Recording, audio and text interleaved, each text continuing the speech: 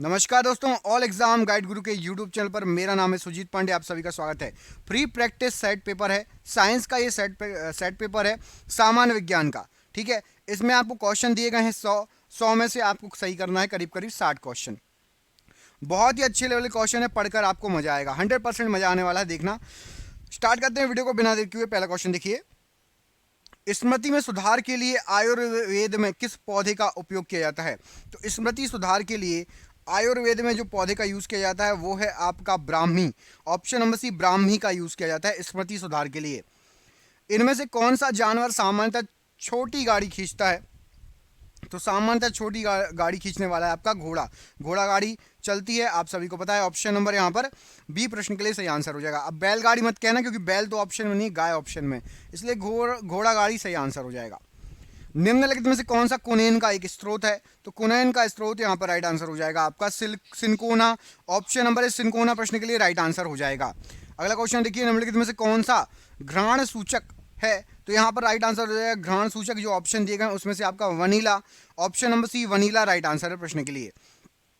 सामान्यतः किस पेड़ की टहनी या डाल का उपयोग दांत साफ करने के लिए किया जाता है?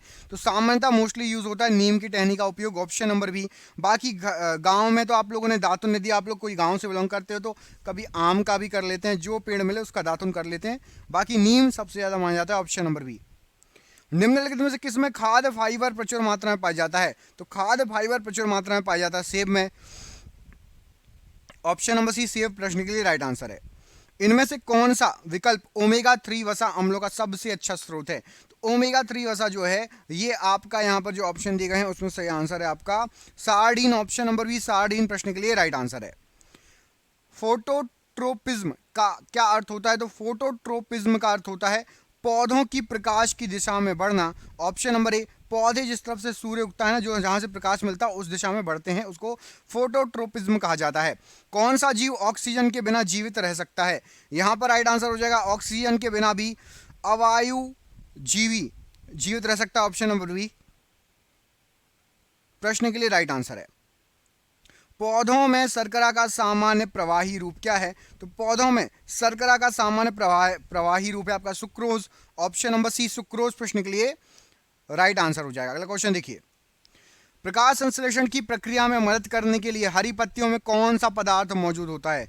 तो हरी पत्तियों के अंदर रहता है आपका क्लोरोफिल, ऑप्शन नंबर डी, ये प्रकाश संश्लेषण में मदद करता है, प्रक्रिया में मदद करता है। अगला क्वेश्चन देखिए, डैश स्थितियों में वाष्पोत्सर्जन कम हो जाता है? तो वाष्पोत्सर्जन कम हो जाएगा यदि उच्च आर्द्रता होगी, ऑप्शन नंबर सी उच्च आर्द्रता प्रश्न के लिए राइट आंसर हो जाएगा। वन द्वारा वातावरण में नमी को बनाते हैं, तो वन डैश के द्वारा वातावरण में नमी को बनाते हैं, तो वन वाष्पोत्सर्जन के द्वारा वातावरण में नमी बनाएंगे, ऑप्शन नंबर सी। पौधों की पत्तियों में मौजूद रंध्रों के माध्यम से होने वाली जल हानि को क्या कहा जाता है? तो पत्तियों में जो रंध्र होते हैं उसके द्वारा जो जल हानि होती है उसको कहा जाता है वाष्पोत्सर्जन, ऑप्शन नंबर डी वाष्पोत्सर्जन राइट आंसर है। निम्नलिखित में से कौन सा अपने जीवन काल में केवल एक ही बार फूल और फल देता है? तो केला एक ही बार अपने जीवन में फूल और फल देता है, ऑप्शन नंबर डी केला प्रश्न के लिए राइट आंसर हो जाएगा। केले का खाने योग्य हिस्सा कौन सा होता है? तो केले का खाने योग्य भाग आपका अंतः फल भित्ति और मध्य फल भित्ति, यहाँ पर option number B right answer है। यहाँ पर दोनों टिक लग गए, मैं एक हटा देता हूँ। देखिए यहाँ पर राइट आंसर हो जाएगा आपका अंतः फल भित्ति और मध्य फल भित्ति, ऑप्शन नंबर बी प्रश्न के लिए राइट आंसर हो जाएगा। निम्नलिखित में से कौन सा एक फलीदार पौधा है? तो राइट आंसर हो जाएगा फलीदार पौधा आपका मटर है, ऑप्शन नंबर डी मटर प्रश्न के लिए राइट आंसर है। निम्नलिखित में से कौन सा बहुबीजीय फल नहीं है?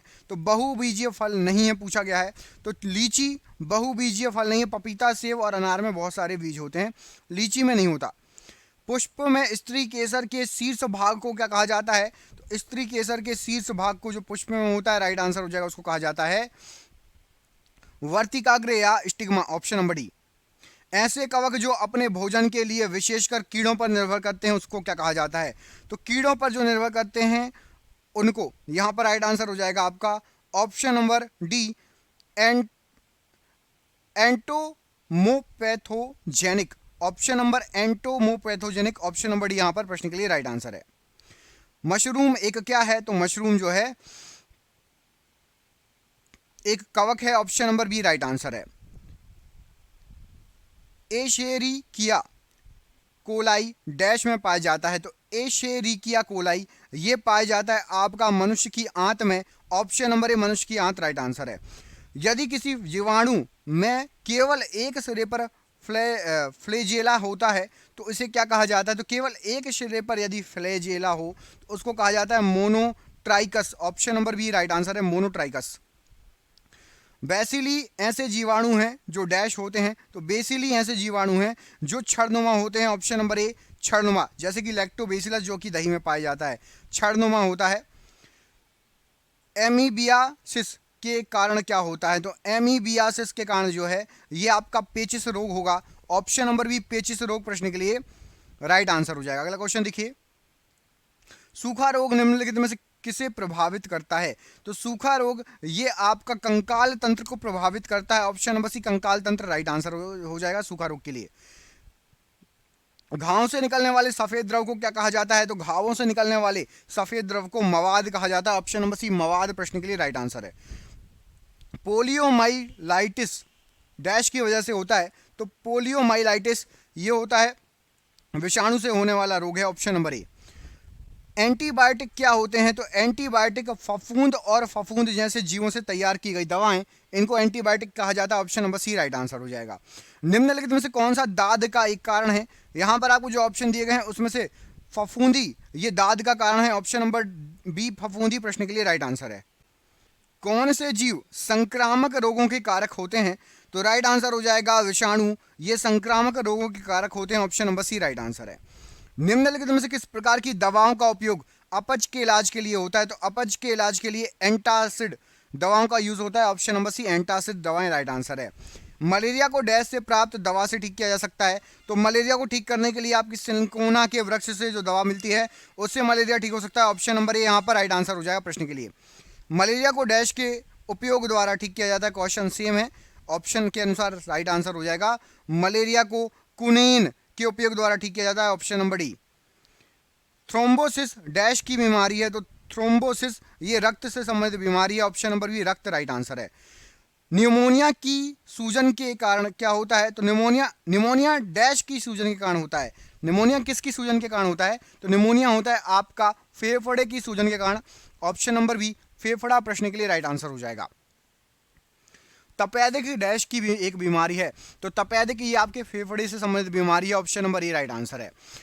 बीसीजी के टीके का इस्तेमाल सामान्यतः डैश की रोकथाम के लिए किया जाता है, तो बीसीजी का टीका यूज होता है तपेदिक के रोकथाम के लिए, ऑप्शन नंबर सी।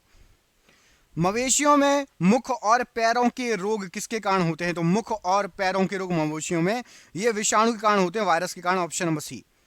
घेंगा डैश की वजह से उत्पन्न होने वाली बीमारी है, तो घेंगा होता है आपका आयोडीन की कमी से, ऑप्शन नंबर बी आयोडीन की कमी राइट आंसर है। एलिसा निम्नलिखित में से क्या है, तो एलिसा राइट आंसर क्या हो जाएगा, ये एड्स का पता लगाने के लिए एक जांच होती है, ऑप्शन नंबर बी प्रश्न के लिए बिल्कुल सही आंसर हो जाएगा। अगला क्वेश्चन देखिए, ल्यूकोडर्मा डैश की बीमारी है, तो ल्यूकोडर्मा ये बीमारी है आपकी त्वचा से संबंधित, ऑप्शन नंबर बी त्वचा से संबंधित बीमारी है ल्यूकोडर्मा। निम्नलिखित में से कौन सा एक जल जनित रोग है, तो जल जनित या जल से फैलने वाला रोग है आपका हैजा, ऑप्शन नंबर सी हैजा राइट आंसर है। हाइड्रोफोबिया किसके कारण होता है, तो हाइड्रोफोबिया ये होता है रेबीज के विषाणु के कारण, ऑप्शन नंबर ए राइट आंसर हो जाएगा। कुत्ते के काटने से कौन सी बीमारी होती है, तो कुत्ते के काटने से आपको rabies, option number B right answer है। निम्नलिखित में से कौन सा रोग मानव शरीर में रक्त कोशिकाओं को प्रभावित करता है, तो राइट आंसर हो जाएगा रक्त कोशिकाओं को ल्यूकेमिया प्रभावित करता है, ऑप्शन नंबर ए राइट आंसर है। बच्चों में प्रोटीन की कमी से होने वाली बीमारी को क्या कहा जाता है, तो प्रोटीन की कमी से आपको क्वार्शियोकर्स, ऑप्शन नंबर ए यहाँ पर राइट आंसर हो जाएगा, हो सकता है।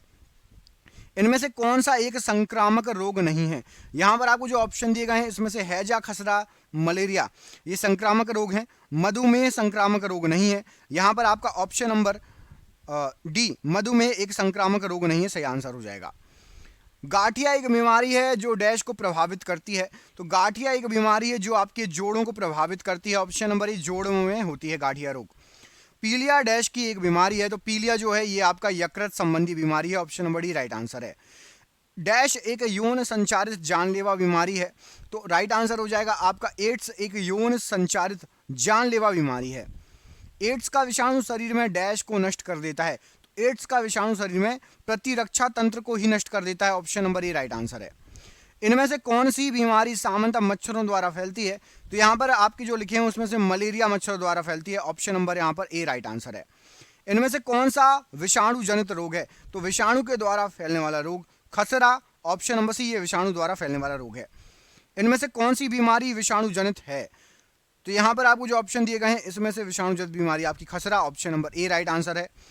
निम्नलिखित में से कौन सी बीमारी संक्रामक नहीं है? यहाँ पर आपको जो ऑप्शन दिए गए हैं इसमें से गाठिया रोग ये संक्रामक रोग नहीं है। ऑप्शन नंबर सी। ऑप्थेल्मोलॉजिस्ट किसका उपचार करते हैं? तो ऑप्थेल्मोलॉजिस्ट ये करते हैं आपका उपचार आंखों का। ऑप्शन नंबर डी आंखों के लिए होते हैं ऑप्थेल्मोलॉजिस्ट। निम्नलिखित में से कौन सा रोग ट्रिपल एंटीजन द्वारा प्रतिरक्षित है? तो प्रतिरक्षित नहीं है, माफ कीजिएगा, ट्रिपल एंटीजन के द्वारा कौन सा प्रतिरक्षित नहीं है? तो आपको बता दें, देखिए डिप्थीरिया, पीलिया और छोटी माता ये सब प्रतिरक्षित है। टाइफाइड या आंत्र ज्वर ये प्रतिरक्षित नहीं है। ऑप्शन नंबर ए यहाँ पर राइट आंसर हो जाएगा प्रश्न के लिए। काली खांसी को डैश भी कहा जाता है। तो काली खांसी को कहा जाता है आपका परटूसिस। यहाँ पर टाइपिंग मिस्टेक है, सही कर लेना, पंटूसिस नहीं परटूसिस। ऑप्शन नंबर ए परटूसिस राइट आंसर है। राइबोफ्लेविन क्या है? तो राइबोफ्लेविन ये आपका विटामिन है। ऑप्शन नंबर सी विटामिन होता है राइबोफ्लेविन। विटामिन के प्राकृतिक रूप से डैश में पाए जाने वाले जीवाणुओं द्वारा निर्मित होता है। तो विटामिन के ये आंत में पाए जाने वाले जीवाणु द्वारा निर्मित होता है। Option number D. पेलेग्रा रोग डैश की बीमारी कारण होता है। तो पेलाग्रा है या पेलेग्रा ये होता है आपका niacin. Option number D niacin प्रश्न के लिए राइट आंसर है। निम्नलिखित में से कौन सा आयरन का सबसे प्रचुर स्रोत है? तो आयरन का सबसे अच्छा स्रोत है आपका हरी सब्जियां, हरी पत्तेदार सब्जियां खाइए, आयरन भरपूर मात्रा में मिलेगा। सामान्य जुकाम के इलाज के लिए किस विटामिन का उपयोग किया जाता है? तो सामान्य जुकाम के इलाज के लिए विटामिन सी का यूज होता है। Option number C vitamin C right answer. Vitamin K का मुख्य कार्य किससे संबंधित होता है? तो विटामिन के का मुख्य कार्य ये आपका खून के जमने से संबंधित होता है। ऑप्शन नंबर बी खून का जमना राइट आंसर है। विटामिन सी को और क्या कहा जाता है? तो विटामिन सी को और कहा जाता है ascorbic acid. Option number B right answer है स्कर्बिक एसिड। विटामिन बी1 को क्या कहा जाता है? तो विटामिन बी1 को कहा जाता है thiamine. Option number A thiamine प्रश्न के लिए राइट आंसर है। निम्नलिखित में से कौन सा विटामिन मानव में रक्त के थक्के जमने की सामान्य प्रतिक्रिया में मदद करता है? तो रक्त के थक्के जमने की सामान्य प्रतिक्रिया में विटामिन के मदद करेगा। Option number D. विटामिन के डैश की कमी से, विटामिन के की कमी से क्या होगा? तो विटामिन के की कमी से यहाँ पर आपको जो ऑप्शन दिए गए हैं राइट आंसर हो जाएगा, उससे हो जाएगा आपको ऑप्शन नंबर ए रक्त का थक्का जमने में समस्या। ऑप्शन नंबर ए राइट आंसर है। निम्नलिखित में से कौन सा विटामिन वसा में विलय नहीं है? तो वसा में विलय नहीं है पूछा गया है, राइट आंसर हो जाएगा विटामिन सी। ये वसा में विलय नहीं है। ऑप्शन नंबर डी यहाँ पर राइट आंसर हो जाएगा। डैश की कमी स्कर्वी का कारण बनती है। तो स्कर्वी रोग का कारण बनती है आपकी विटामिन सी की कमी। Option number C vitamin C right answer है। स्कर्वी डैश की कमी के कारण होता है? तो विटामिन सी के कारण होता है। ऑप्शन नंबर डी यहाँ पर राइट आंसर है। खट्टे फलों को एक समृद्ध स्रोत माना जाता है। तो खट्टे फल विटामिन सी के समृद्ध स्रोत होते हैं। तो यहाँ पर दिया नहीं है, ऑप्शन नंबर डी में विटामिन सी लिख लेना, विटामिन सी के समृद्ध स्रोत माने जाते हैं खट्टे फल। स्कर्वी रोग जिसके लक्षणों में मसूड़ों से खून आना शामिल है, उसे आहार में क्या शामिल करके रोका जा सकता है? आहार में विटामिन सी को शामिल करके रोका जा सकता है। निम्नलिखित में से कौन सी बीमारी ज़्यादातर विटामिन सी की कमी से होती है? तो स्कर्वी रोग ज़्यादातर विटामिन सी की कमी से होती है। रतौंधी रोग डैश की कमी के कारण होता है। तो रतौंधी रोग जो होता है राइट आंसर हो जाएगा, ये आपका होता है option number A vitamin A की कमी से रतौंधी रोग होता है। कौन सा विटामिन शरीर में कैल्शियम के अवशोषण को बढ़ाता है? तो कैल्शियम के अवशोषण को बढ़ाने का काम है आपका विटामिन डी का।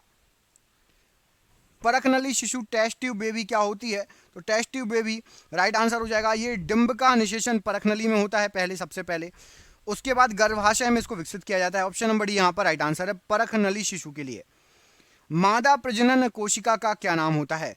तो मादा प्रजनन कोशिका का नाम होता है अंडा। ऑप्शन नंबर ए अंडा प्रश्न के लिए राइट आंसर है। निम्नलिखित में से कौन सी एक प्रजनन कोशिका है? तो यहाँ पर आपको जो ऑप्शन दिए गए हैं उसमें से राइट आंसर हो जाएगा आपका युग्मक एक प्रजनन कोशिका है। ऑप्शन नंबर ए। यकृत द्वारा स्रावित पित्त किस में मदद करता है? तो यकृत द्वारा स्रावित पित्त जो है ये आपके पाचन में मदद करता है। ऑप्शन नंबर ए पाचन प्रश्न के लिए राइट आंसर है। डैश में हार्मोन सामान्यतः अनुपस्थित होते हैं, तो सामान्यतः जीवाणुओं में हार्मोन नहीं होते। ऑप्शन नंबर सी जीवाणु राइट आंसर है। अस्थि मज्जा में मौजूद कौन सा हार्मोन आरबीसी उत्पादन को बढ़ावा देता है?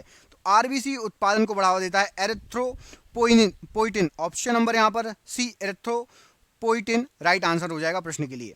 आपातकालीन स्थिति के दौरान कौन सा हार्मोन उत्सर्जित होता है? तो आपातकाल की स्थिति में एड्रीनलिन हार्मोन उत्पन्न होता है। Option number B. निम्नलिखित में से कौन सा हार्मोन बच्चे के जन्म के बाद दूध बनने की प्रक्रिया को उत्तेजित करता है? तो दूध बनने की प्रक्रिया को बच्चे के जन्म के बाद उत्तेजित करता है आपका prolactin hormone. Option number B यहाँ पर प्रोलैक्टिन हार्मोन राइट आंसर हो जाएगा। हमारे शरीर की सबसे महत्वपूर्ण ग्रंथियों में से एक पिट्यूटरी ग्रंथि कहाँ स्थित होती है? तो पिट्यूटरी ग्रंथि जो होती है ये खोपड़ी के अंदर होती है। Option number C right answer है। मानव शरीर में पिट्यूटरी ग्रंथि कहाँ स्थित होती है? तो मानव शरीर के अंदर पिट्यूटरी ग्रंथि ये होती है आपकी मस्तिष्क के तले में। ऑप्शन नंबर बी यहाँ पर राइट आंसर है। पेप्सिन डैश में स्त्रावित होने वाला एक एंजाइम है, तो जो पेप्सिन है ये आमाशय से स्त्रावित होने वाला एक एंजाइम है। Option number B. डैश आमाशय रस में पाए जाने वाला एंजाइम है, तो आमाशय रस में पाए जाने वाला एंजाइम है आपका pepsin. Option number B right answer है। कौन सी ग्रंथि केवल यौवन तक सक्रिय रहती है? तो केवल यौवन तक की बात है तो थाइमस ग्रंथि सक्रिय रहती है। Option number B right answer है। इनमें से कौन सा हार्मोन मानव रक्त में शर्करा की मात्रा को नियंत्रित करता है? तो मानव रक्त में शर्करा की मात्रा को नियंत्रित करता है आपका इंसुलिन। ऑप्शन नंबर यहाँ पर भी इंसुलिन प्रश्न के लिए राइट आंसर है।